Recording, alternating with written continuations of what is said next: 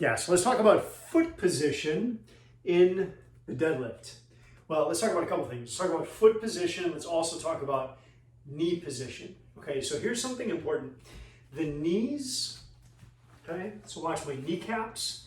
The kneecaps, the positioning of my kneecaps is driven by this ball and socket joint, which is the hip. Okay, you can see when I internally rotate the hip, my knee comes inward, and check out what happens to my foot. Hopefully you can see that.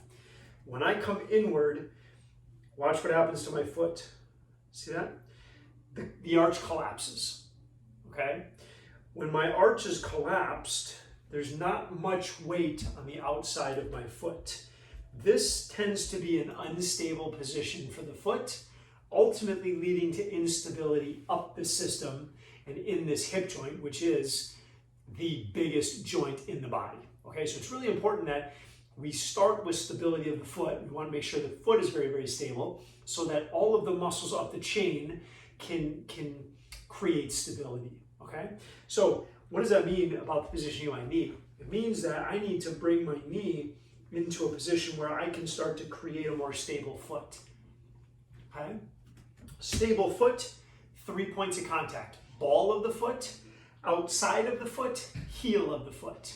My feet, my toes are still going to be touching the floor, but my weight is distributed through those 3 points: heel, ball, and outside. Okay, again, if I come inward, I lose the outside of my foot. If I come up on my toes, right, that's a fault. If I come too far back on my heels, or my toes come up, or the ball of my foot gets real light, that's a fault as well. We want the whole foot flat on the floor, right?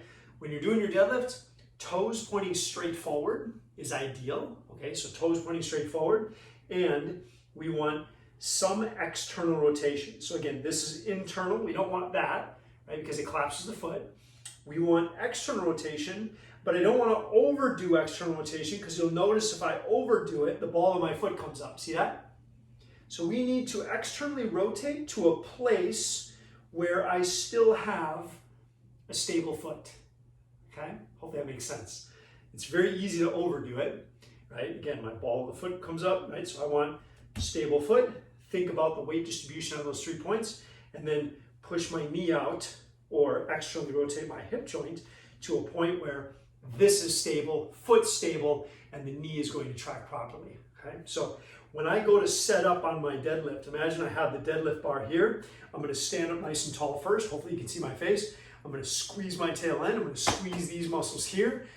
Posture is good. Everything is good. Now I'm gonna go down to grab my bar. So I organize, right? Feet are good. Now I'm gonna go down, and I have to release some of that in order to go down and grab my bar.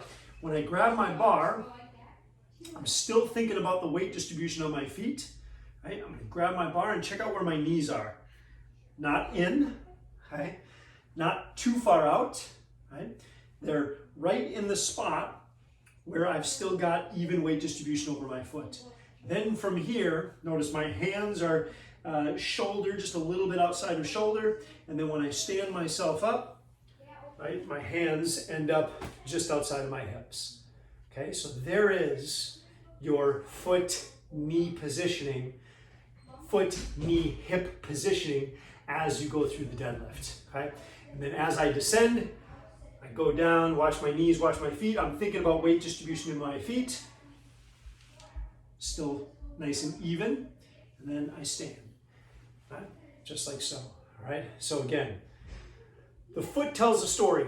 As a coach, the more and more I did this, the more and more I watch athletes, the more and more I'm looking at things, the more I'm focusing on feet, because the feet tell such a story of everything else that's happening up the system, right? Hopefully that makes sense. Hopefully that answers your question. Toes pointing straight forward, no knees in, not too far out, feet flat. Your feet tell the story. There you go.